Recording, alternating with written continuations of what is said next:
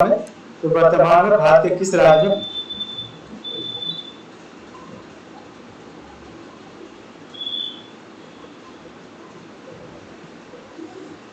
नमस्कार दोस्तों, कैसे हैं आप लोग। मेरा नाम सौरभ कुमार है और मैं आप लोग को यहाँ पर एनसीईआरटी साठ श्रृंखला क्लास 6 to 12 पढ़ा रहा हूँ। और इस किताब से हम लोग पढ़ने जा रहे हैं आपका सब्जेक्ट विषय इकोनॉमिक्स। और इकोनॉमिक्स में आज हम चैप्टर नंबर 5 पढ़ेंगे। तो चलिए स्टार्ट करते हैं, चैप्टर नंबर 5 को पढ़ते हैं। ठीक है,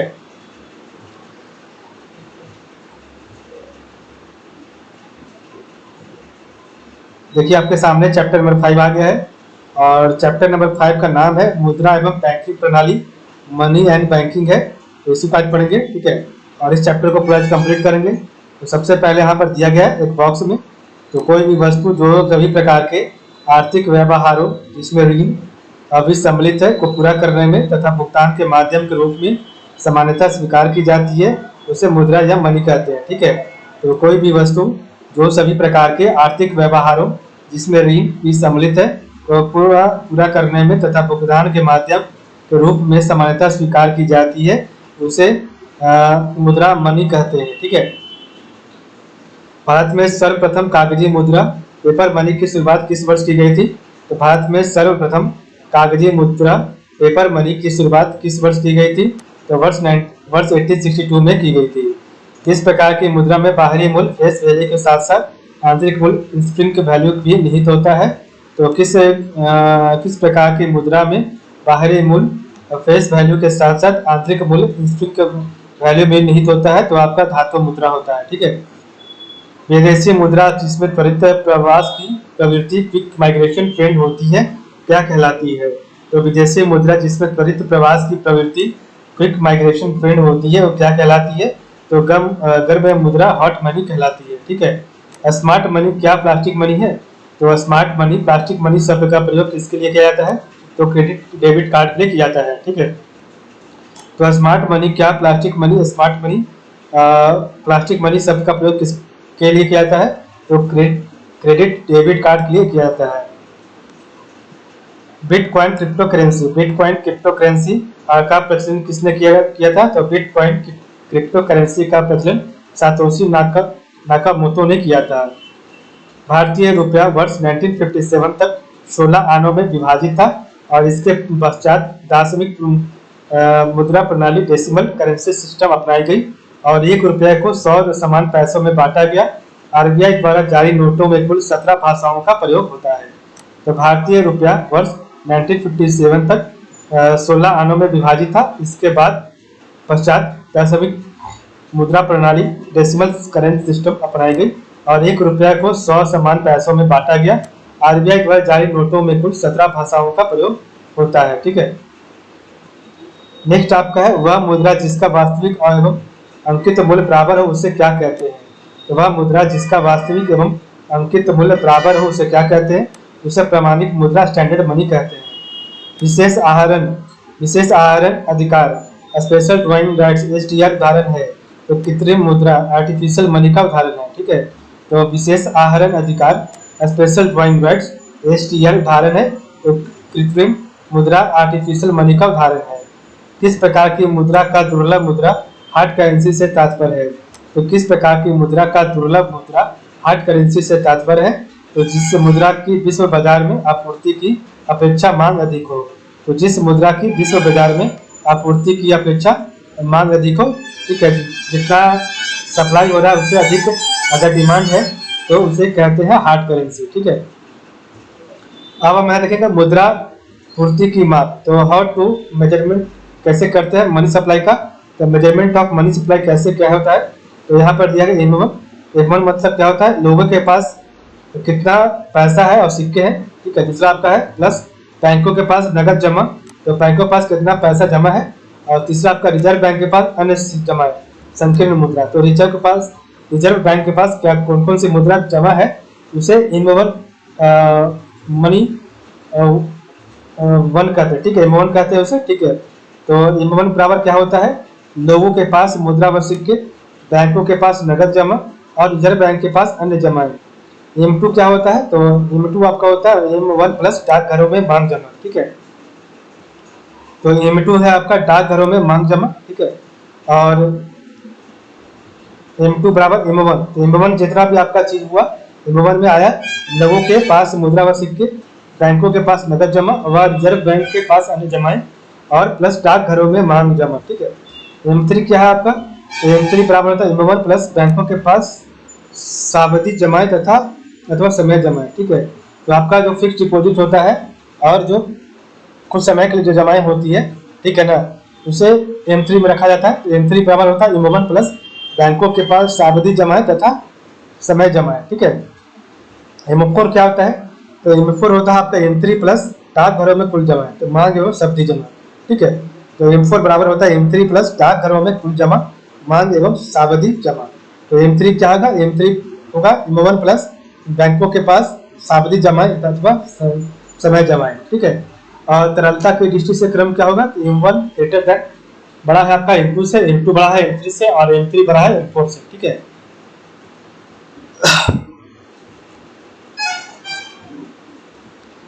भारत में मुद्रा गुणक मनी मल्टीप्लायर को किस रूप में परिभाषित किया जाता है, तो भारत में मुद्रा गुणक मनी मल्टीप्लायर को किस रूप में परिभाषित किया जाता है, तो आरक्षित मुद्रा के रूप में, ठीक है। Postal order, demand draft, cheque तथा पत्र किसके उदाहरण है, तो postal order, demand draft, cheque तथा पत्र किसके उदाहरण है, तो ऐच्छिक मुद्रा ऑप्शनल मनी के विनियम, ठीक है। मुद्रा प्रसार, करेंसी एक्सपेंशन से क्या तात्पर्य है, अर्थव्यवस्था में ऊंची कीमतों का होना। तो मुद्रा प्रसार करेंसी एक्सपेंशन से क्या तात्पर्य है, तो अर्थव्यवस्था में ऊंची कीमतों का होना। भारत में सिक्कों की ढलाई किन स्थानों पर होती है, तो मुंबई, कोलकाता तथा हैदराबाद में, ठीक है। तो मुद्रा प्रसार करेंसी एक्सपेंशन से क्या तात्पर्य है, अर्थव्यवस्था में ऊंची कीमतों का होना। Postal order, demand draft, cheque तथा पत्र किसके उदाहरण है, तो ऐच्छिक मुद्रा ऑप्शनल मनी। भारत में मुद्रक मनी मल्टीप्लायर को किस रूप में परिभाषित किया गया है, तो आरक्षित मुद्रा के रूप में, रिजर्व मनी के रूप में, ठीक है। ₹1 का नोट वित्त मंत्रालय द्वारा जारी किया जाता है, जिस पर वित्त सचिव के हस्ताक्षर होते हैं, जबकि अन्य करेंसी नोट पर RBI द्वारा जारी किए जाते हैं और जिन पर रिजर्व बैंक के गवर्नर के हस्ताक्षर होते हैं। तो ₹1 का नोट वित्त मंत्रालय द्वारा जारी किया जाता है, जिस पर वित्त सचिव के हस्ताक्षर होते हैं, जबकि अन्य करेंसी नोट RBI द्वारा जारी किए जाते हैं, जिन पर रिजर्व बैंक के गवर्नर के हस्ताक्षर होते हैं। वर्ष 2020 तक एक वैश्विक डिजिटल करेंसी लिब्रा तथा एक डिजिटल वॉलेट कैलिब्रा जारी करने की घोषणा किसने की है, तो फेसबुक ने किया है। तो वर्ष 2020 तक एक वैश्विक डिजिटल करेंसी लिब्रा तथा एक डिजिटल वॉलेट कैलिब्रा जारी करने की घोषणा किसने की है, तो फेसबुक ने किया है। भारत में मुद्रा एवं साख का नियंत्रण किसके द्वारा किया जाए, तो भारत में मुद्रा एवं साख का नियंत्रण किसके द्वारा किया जाता है, तो भारतीय रिजर्व बैंक के द्वारा किया जाता है। ऐसी संस्थान जो किसी देश के वित्तीय व्यवहार में भागीदार होता है, बैंक कहलाता है। तो ऐसी संस्थान जो किसी देश के वित्तीय व्यवहार में भागीदार होता है, बैंक कहलाता है। बैंकों और इसी तरह के संस्थानों की व्यावसायिक गतिविधियां बैंकिंग कहलाती है। तो ऐसी संस्थान जो किसी देश के वित्तीय व्यवहार में भागीदार होता है, बैंक कहलाता है। और बैंकों और उसी तरह के संस्थानों की व्यावसायिक गतिविधियां बैंकिंग कहलाता है। सर्वप्रथम आधुनिक बैंकिंग का विकास किस देश में हुआ, तो नीदरलैंड में वर्ष 1609 में हुआ। तो सर्वप्रथम आधुनिक बैंकिंग का विकास किस देश में हुआ, तो नीदरलैंड में वर्ष 1609 में हुआ, ठीक है। नेक्स्ट आपका है भारतीय रिजर्व बैंक RBI की स्थापना किस वर्ष की गई थी, तो वर्ष 1935 में की गई थी। तो भारतीय रिजर्व बैंक RBI की स्थापना किस वर्ष की गई थी, तो वर्ष 1935 में किया गया था, ठीक है। भारत में केंद्रीय बैंक की स्थापना का प्रथम प्रयास किस आयोग ने किया था, तो भारत में केंद्रीय बैंक की स्थापना का प्रथम प्रयास चैम्बरलिन आयोग 1914 में किया था, ठीक है। तो भारत में केंद्रीय बैंक की स्थापना का प्रथम प्रयास किस आयोग ने किया था, तो चैम्बरलिन आयोग वर्ष 1914 में किया था। इंपीरियल बैंक ऑफ इंडिया, तो इंपीरियल बैंक ऑफ इंडिया की स्थापना किस वर्ष की गई थी, तो आपका वर्ष 1921 में किया गया था। तो इंपीरियल बैंक ऑफ इंडिया की स्थापना 1921 में हुआ था। भारत में केंद्रीय बैंक की स्थापना का प्रथम प्रयास चैम्बरलिन आयोग के द्वारा 1914 में किया गया था। भारत में विदेशी विनिमय संचय एक्यूमुलेशन ऑफ फॉरेन रेगुलेशन का रख रखाव किसके द्वारा किया जाता है, तो भारत में विदेशी विनिमय संचय एक्यूमुलेशन ऑफ फॉरेन रेगुलेशन का रख रखाव भारतीय रिजर्व बैंक के द्वारा किया जाता है। भारतीय रिजर्व बैंक को कितने मूल्य तक के करेंसी नोट छापने का अधिकार प्राप्त है? तो 10,000 तक के नोटों का छापने का अधिकार प्राप्त है। तो भारतीय रिजर्व बैंक को कितने मूल्य तक के करेंसी नोट छापने का अधिकार प्राप्त है? तो 10,000 तक का। भारतीय रिजर्व बैंक आरबीआई के प्रथम गवर्नर सर हॉर्सबोर्न स्मिथ थे तथा वर्तमान में इसके गवर्नर शक्तिकांत दास है, जो कि 25वें नंबर के हैं। तो भारतीय रिजर्व बैंक आरबीआई के प्रथम गवर्नर सर हॉर्सबोर्न स्मिथ थे तथा वर्तमान में इसके गवर्नर शक्तिकांत दास 25वें नंबर के हैं। विश्व के किस बैंक को केंद्रीय बैंकों की मां मदर ऑफ सेंट्रल बैंक की संज्ञा दी गई है? Bank of England. तो विश्व के किस बैंक को केंद्रीय बैंकों की मां मदर ऑफ सेंट्रल बैंक की संज्ञा दी गई है? तो बैंक ऑफ इंग्लैंड। भारत में मुद्रा संबंधी नोटों की निर्गमन प्रणाली किस पर आधारित है? तो न्यूनतम आरक्षित प्रणाली पर। तो भारत में मुद्रा संबंधी नोटों की निर्गमन प्रणाली किस पर आधारित है? तो न्यूनतम आरक्षित प्रणाली पर। ठीक है,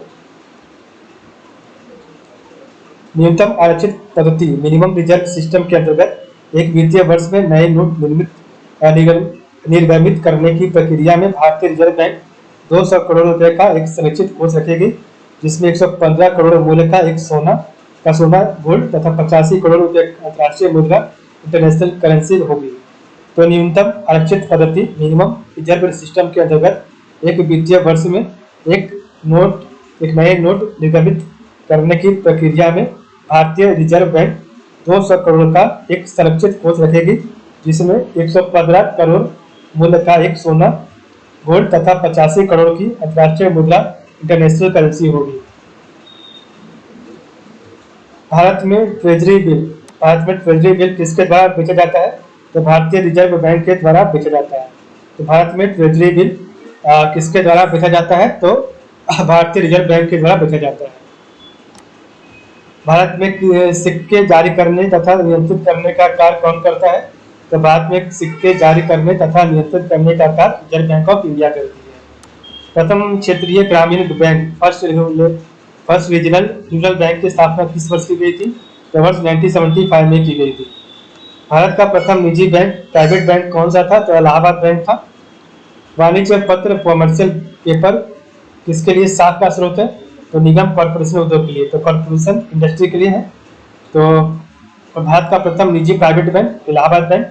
कॉमर्शियल पेपर किसके लिए साख स्रोत होता है? तो निगम उद्योग के लिए होता है।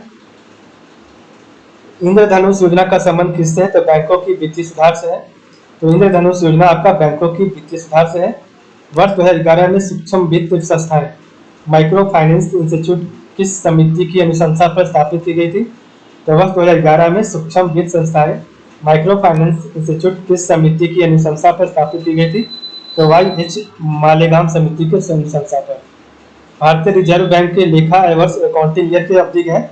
तो भारतीय रिजर्व बैंक के लेखा वर्ष अकाउंटिंग ईयर की अवधि है 1 जुलाई से लेकर 30 जून तक। ठीक है, तो भारतीय रिजर्व बैंक के लेखा अकाउंटिंग ईयर की अवधि है 1 जुलाई से 30 जून तक। ठीक है, आरबीआई ने अपने लेखांकन वर्ष को जुलाई जून से परिवर्तित कर अप्रैल मार्च करने का निर्णय किया है और इसके अंतर्गत आगामी लेखा वर्ष जुलाई 2020 से 31 मार्च 2021 तक 9 महीने की अवधि का होगा और इसके बाद लेखा वर्ष 1 अप्रैल से 31 मार्च तक का होगा। तो आरबीआई ने अपने लेखांकन वर्ष को जुलाई जून से परिवर्तित कर अप्रैल मार्च करने का निर्णय किया है और इसके अंतर्गत आगामी लेखा वर्ष जुलाई 2020 से 31 मार्च 2021 तक 9 महीनों की अवधि तक का होगा और इसके बाद सभी लेखा वर्ष 1 अप्रैल से 31 मार्च तक होगा। भारत में बैंकों द्वारा प्राथमिक क्षेत्र ऋणदान से क्या तात्पर्य है? तो भारत में बैंकों द्वारा प्राथमिक क्षेत्र ऋणदान से क्या तात्पर्य है? कृषि, लघु एवं छोटे उद्यम तथा दुर्बल वर्गों के ऋण से है। ठीक है, वर्ष 2008 में वित्तीय क्षेत्रों में सुधार हेतु जिस समिति का गठन किया गया उसका अध्यक्ष कौन है? तो रघुराम राजन है। तो वर्ष 2008 में वित्तीय क्षेत्रों में सुधार हेतु जिस समिति का गठन किया गया उसका अध्यक्ष रघुराम राजन है। वाणिज्यिक बैंक किस सूची के अंतर्गत आता है? तो संघ सूची के। तो वाणिज्यिक बैंक आपके किस सूची के अंतर्गत आता है? तो संघ सूची सेंट्रल लिस्ट के अंतर्गत आता है। भारतीय रुपया विश्व की 5वीं ऐसी मुद्रा है जिसका अपना प्रतीक सिंबल है और इसका चिन्ह रुपी है। और डॉक्टर डी उदय कुमार द्वारा डिजाइन किया गया था। ठीक है, तो भारतीय रुपया विश्व की 5वीं ऐसी मुद्रा है जिसका अपना प्रतीक सिंबल है और इसका चिन्ह डी उदय कुमार द्वारा डिजाइन किया गया था। नरसिम्हन समिति का संबंध किससे है? तो नरसिम्हन समिति का संबंध बैंकिंग संरचना में सुधारों से है। तो नरसिम्हन समिति की संबंध बैंकिंग संरचना में सुधारों से है। भारत में व्यावसायिक बैंकों द्वारा सात सृजन क्रेडिट क्रिएशन का नियंत्रण कौन करता है? तो भारत में व्यावसायिक बैंकों द्वारा सात सृजन क्रेडिट क्रिएशन का नियंत्रण कौन करता है? तो भारतीय रिजर्व बैंक करता है। तो भारत में व्यावसायिक बैंकों द्वारा सात सृजन क्रेडिट क्रिएशन भारतीय रिजर्व बैंक करता है। ग्रामीण परिवारों को सीधे ऋण कौन प्रदान करता है? तो ग्रामीण परिवारों को सीधे ऋण आपका क्षेत्रीय ग्रामीण बैंक तथा भूमि विकास बैंक करता है। तो ग्रामीण परिवारों को सीधे ऋण कौन प्रदान करता है? तो क्षेत्रीय ग्रामीण बैंक और भूमि विकास बैंक करता है। ठीक है,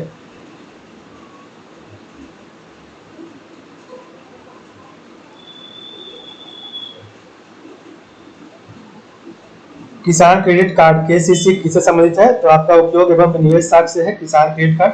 भारतीय रिजर्व बैंक का मुख्यालय हेडक्वार्टर कहाँ स्थित है? तो मुंबई में है। तो भारतीय रिजर्व बैंक का मुख्यालय हेडक्वार्टर मुंबई में है। किसान क्रेडिट कार्ड उपयोग एवं निवेश साख से संबंधित है। ग्रामीण परिवारों को सीधे ऋण कौन प्रदान करता है? क्षेत्रीय ग्रामीण बैंक और भूमि विकास बैंक। भारतीय रिजर्व बैंक के 4 मुद्रणालय प्रेस हैं। पहला देवास मध्य प्रदेश में, दूसरा नासिक महाराष्ट्र में, तीसरा मैसूर कर्नाटक में और चौथा सालबोनी पश्चिम बंगाल में। ठीक है, तो आपका भारतीय रिजर्व बैंक के 4 मुद्रणालय प्रेस देवास मध्य प्रदेश, नासिक महाराष्ट्र, मैसूर कर्नाटक और चौथा सालबोनी जो आपका है पश्चिम बंगाल में। भारत का केंद्रीय बैंक बैंकों का बैंक किसे कहा जाता है? तो भारतीय रिजर्व बैंक को कहा जाता है। तो भारत का केंद्रीय बैंक बैंकों का बैंक भारतीय रिजर्व बैंक को कहा जाता है। भारतीय स्टेट बैंक एसबीआई की स्थापना किस वर्ष हुई थी? तो 1955 में हुई थी। तो भारतीय स्टेट बैंक एसबीआई की स्थापना किस वर्ष हुई थी? 1955 में हुई थी। ठीक है, सिंपली क्लिक क्रेडिट कार्ड योजना। तो सिंपली क्लिक क्रेडिट कार्ड योजना किस बैंक द्वारा जो है शुरू किया गया था? तो भारतीय स्टेट बैंक के द्वारा किया गया था। ठीक है, भारत में प्रथम महिला बैंक की स्थापना कब और कहाँ की गई थी? तो 19 नवंबर 2013 को मुंबई में की गई थी। तो भारत में प्रथम महिला बैंक की स्थापना कब और कहाँ की गई थी? तो 19 नवंबर 2013 को मुंबई में की गई थी। भारत के किस बैंक ने चीन में सबसे पहले अपनी शाखा स्थापित की थी? तो भारत के किस बैंक ने चीन में सबसे पहले अपनी शाखा स्थापित की थी? तो भारतीय स्टेट बैंक ने। निजी बैंक भारतीय बैंकों में से किसने चीन में सर्वप्रथम अपनी शाखा स्थापित की है? तो निजी भारतीय बैंकों में से किसने चीन में सर्वप्रथम अपनी शाखा स्थापित की है? तो एक्सिस बैंक ने स्थापित किया है। ठीक है,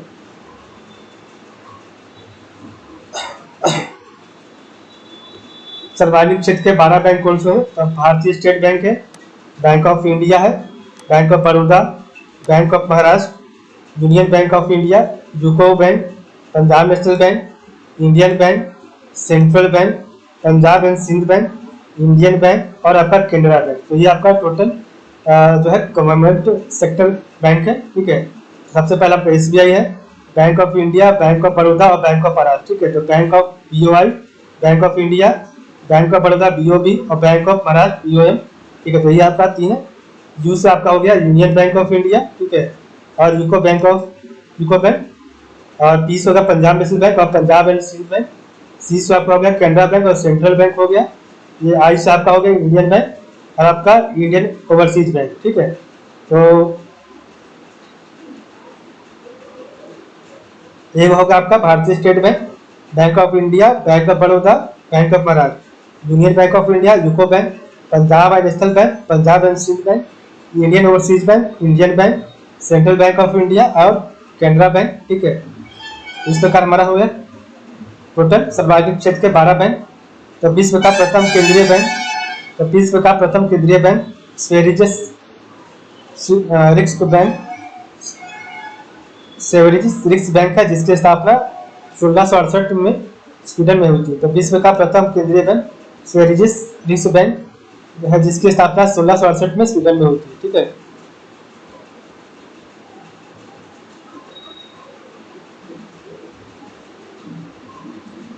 भारत में सर्वाधिक क्षेत्र का सबसे बड़ा वाणिज्यिक बैंक कमर्शियल बैंक कौन है? तो आपका स्टेट बैंक ऑफ इंडिया है। तो भारत में सार्वजनिक क्षेत्र का सबसे बड़ा वाणिज्यिक बैंक कमर्शियल बैंक कौन सा है? तो स्टेट बैंक ऑफ इंडिया है। भारत में बैंकिंग व्यवस्था के विस्तार एवं वित्तीय समावेशन को ध्यान में रखकर 29 जुलाई 1969 तथा 15 अप्रैल 1980 को क्रमशः 14 एवं 6 बड़े व्यावसायिक बैंकों का राष्ट्रीयकरण नेशनलाइजेशन किया गया था। ठीक है, तो भारत में सार्वजनिक क्षेत्र का सबसे बड़ा वाणिज्यिक bank state bank of India है। भारत में बैंकिंग व्यवस्था के विस्तार एवं वित्तीय समावेशन को ध्यान में रखकर 29 जुलाई 1969 तथा 15 अप्रैल 1980 को क्रमशः 14 एवं 6 बड़े व्यावसायिक बैंकों का राष्ट्रीयकरण नेशनलाइजेशन किया गया था। ठीक है, किसानों तक आसानी से पहुंच के लिए किस बैंक ने किसान क्लब स्थापित किया गया था? तो किसानों तक आसानी से पहुंच के लिए किस बैंक ने किसान क्लब स्थापित किया थे? तो स्टेट बैंक ऑफ इंडिया ने किया था। ठीक है, भारत में पहला इस्लामिक बैंक कहाँ स्थापित है? तो कोच्चि केरल में है। भारत में पहला इस्लामिक बैंक कहाँ स्थापित किया गया? तो कोच्चि केरल में। लघु उद्योगों स्मॉल स्केल इंडस्ट्रीज के क्षेत्र में कौन सा बैंक कार्य करता है? तो लघु उद्योगों स्मॉल स्केल इंडस्ट्री के क्षेत्र में कौन सा बैंक कार्य करता है? तो भारतीय लघु उद्योग विकास बैंक सिडबी करता है। ठीक है ना, small industry development bank of India. ठीक है, भारत प्रथम बैंक क्रेडिट कार्ड कब और किस देश द्वारा निर्गत किया गया था? तो प्रथम बैंक क्रेडिट कार्ड कब और किस देश द्वारा निर्गत किया गया था? तो बैंक ऑफ अमेरिका द्वारा 1959 में किया गया था। क्षेत्रीय ग्रामीण बैंक रीजनल रूरल बैंक की स्थापना कब हुई थी? तो 2 अक्टूबर 1975 को हुआ था। ठीक है, तो आपका जो है क्षेत्रीय ग्रामीण बैंक रीजनल रूरल बैंक की स्थापना कब हुई थी? 2 अक्टूबर 1975 को हुआ था। क्षेत्रीय ग्रामीण बैंक की स्थापना में केंद्र सरकार 50%, राज्य सरकार 15% तथा प्रायोजित बैंक 25% पूंजी निवेश करती है। तो क्षेत्रीय ग्रामीण बैंक की स्थापना में केंद्र सरकार 50%, राज्य सरकार 15% तथा प्रायोजित बैंक 35% निवेश करती है। भारत के किन राज्यों में क्षेत्रीय ग्रामीण बैंक आरआरबी कार्यरत नहीं है? तो भारत के किन राज्यों में क्षेत्रीय ग्रामीण बैंक आरआरबी कार्यरत नहीं है? तो सिक्किम में, गोवा में। भारत के किस व्यावसायिक बैंक कमर्शियल बैंक ने सबसे पहले चलती फिरती एटीएम मोबाइल सेवा की शुरुआत की है? तो भारत के किस व्यावसायिक बैंक कमर्शियल बैंक ने सबसे पहले चलती फिरती एटीएम सेवा की शुरुआत की है? तो आईसीआईसीआई बैंक ने। लघु एवं मध्यम उद्योगों को ऋण उपलब्ध कराने हेतु किस समिति का गठन किया गया था? तो लघु एवं मध्यम उद्योगों को ऋण उपलब्ध कराने हेतु किस समिति का गठन किया गया था? तो नायक समिति 1993 में किया गया था। भारत में नाबार्ड किन बैंकों को पुनर्वित्त रिफाइनेंस उपलब्ध कराता है? तो भारत में नाबार्ड किन बैंकों को पुनर्वित्त रिफाइनेंस उपलब्ध कराता है? तो अनुसूचित व्यापारिक बैंक, क्षेत्रीय ग्रामीण बैंक तथा राज्य भूमि विकास बैंकों के द्वारा। तो भारत में नाबार्ड की बैंकों को पुनर्वित्त रिफाइनेंस उपलब्ध कराता है अनुसूचित व्यापारिक बैंक, क्षेत्रीय ग्रामीण बैंक तथा राज्य भूमि विकास बैंकों द्वारा।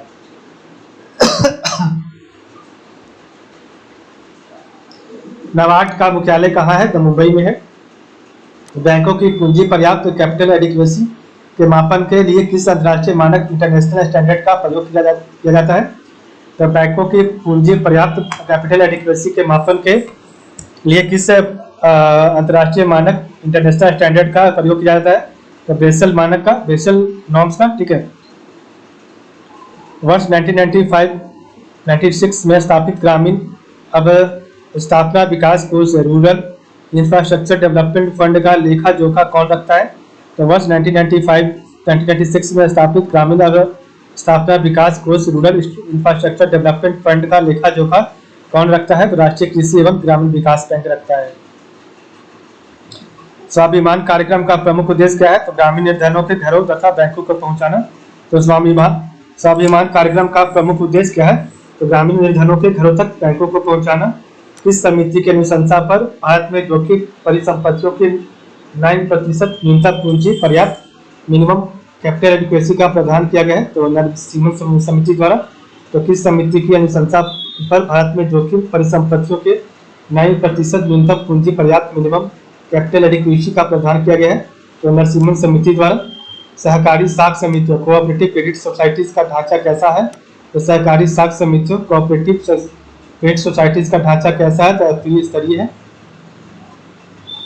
गैर निष्पादक परिसंपत्ति नॉन परफॉर्मिंग एसेट एनपीए से संबंधित विवादों के निस्तारण के उद्देश्य से वर्ष 1993 में किस न्यायिक संस्था की स्थापना की गई थी? तो ऋण वसूली प्राधिकरण डेब्ट रिकवरी ट्रिब्यूनल TRT तक किया गया था। ठीक है, तो गैर निष्पादक परिसंपत्ति नॉन परफॉर्मिंग एसेट NPS से संबंधित विवादों के निस्तारण के उद्देश्य से वर्ष 1993 में किस न्यायिक संस्था की स्थापना की गई थी? तो ऋण वसूली प्राधिकरण डेब्ट रिकवरी ट्रिब्यूनल TRT का किया गया था। ठीक है, कर्ज को लौटाने में समर्थ होने के बावजूद जानबूझकर कर्ज न लौटाने वाले ऋणी को किस नाम से जाना जाता है? तो कर्ज को लौटाने में समर्थ होने के बावजूद जानबूझकर कर्ज न लौटाने वाले ऋणी को किस नाम से जाना जाता है? तो इरादतन चूककर्ता, बिल्कुल डिफॉल्टर के नाम से जाना जाता है। ठीक है, केरल देश का प्रथम राज्य है, जबकि तमिलनाडु का मंगलम देश का प्रथम गांव है, जहां प्रत्येक परिवार को कम से कम एक बैंक खाता, बैंक अकाउंट सूचित कराया गया है। तो केरल देश का प्रथम राज्य है, जबकि तमिलनाडु का मंगलम देश का प्रथम गांव है, जहां प्रत्येक परिवार को कम से कम एक बैंक खाता, बैंक अकाउंट सूचित कराया गया है। ठीक है, भारतीय रिजर्व बैंक किन परिसंपत्तियों के बदले में मुद्रा निर्गमन करेंसी इश्यूएंस करता है? तो भारतीय रिजर्व बैंक किन परिसंपत्तियों के बदले में मुद्रा निर्गमन करेंसी इश्यूएंस करता है? तो सवाल विदेशी प्रतिभूति तथा भारत सरकार की प्रतिभूति के बदले। वर्ष 1920 में प्रथम भूमि विकास बैंक, लैंड डेवलपमेंट बैंक की स्थापना कहाँ की गई थी? तो वर्ष 1920 में प्रथम भूमि विकास बैंक, लैंड डेवलपमेंट बैंक की स्थापना कहाँ की गई थी? तो झांग पंजाब में किया गया था। बैंकों की जमा राशियां बढ़ने पर मुद्रा आपूर्ति, मनी सप्लाई पर क्या प्रभाव पड़ता है? तो मुद्रा आपूर्ति बढ़ती है। तो बैंकों की जमा राशियां बढ़ने पर मुद्रा आपूर्ति, मनी सप्लाई पर क्या प्रभाव पड़ता है? तो मुद्रा आपूर्ति बढ़ती है। ठीक है, भारतीय स्टेट बैंक की स्थापना किस समिति के संस्तुति पर की गई थी? तो AD गोरावाला समिति 1952 में। तो भारतीय स्टेट बैंक की स्थापना किस समिति की संस्तुति पर की गई थी? तो AD गोरावाला समिति 1952 में। केंद्रीय बैंक का सर्वाधिक महत्वपूर्ण कार्य कौन सा है? तो देश में पत्र, मुद्रा, पेपर करेंसी का निर्माण करना। तो केंद्रीय बैंक का सर्वाधिक महत्वपूर्ण कार्य कौन सा है? तो देश में पत्र, मुद्रा, पेपर करेंसी का निर्गमन करना। असंगठित क्षेत्र की आश्रितता को कम करने के लिए नाबार्ड द्वारा कौन सा कार्यक्रम चलाया गया है? तो असंगठित क्षेत्र की आश्रितता को कम करने के लिए नाबार्ड द्वारा स्वयं सहायता समूह चलाया गया है। गुजरात में सेल्फ एम्प्लॉयड वुमेन एसोसिएशन सेवा और केरल में कुदुम्बश्री जैसे स्वयं सहायता समूह सूक्ष्म वित्त पोषण तथा उद्यम प्रशिक्षण हेतु स्थापित किए गए हैं। तो गुजरात में सेल्फ एम्प्लॉयड वुमेन एसोसिएशन सेवा और केरल में कुदुम्बश्री जैसे स्वयं सहायता समूह सूक्ष्म वित्त पोषण तथा उद्यम प्रशिक्षण हेतु स्थापित किए गए। शिवरमन सिंह समिति के अनुशंसा पर वर्ष 1982 में राष्ट्रीय कृषि एवं ग्रामीण विकास बैंक नाबार्ड की स्थापना की गई थी। तो शिवरमन समिति के अनुशंसा पर वर्ष 1982 में राष्ट्रीय कृषि एवं ग्रामीण विकास नाबार्ड की स्थापना की गई थी। ठीक है,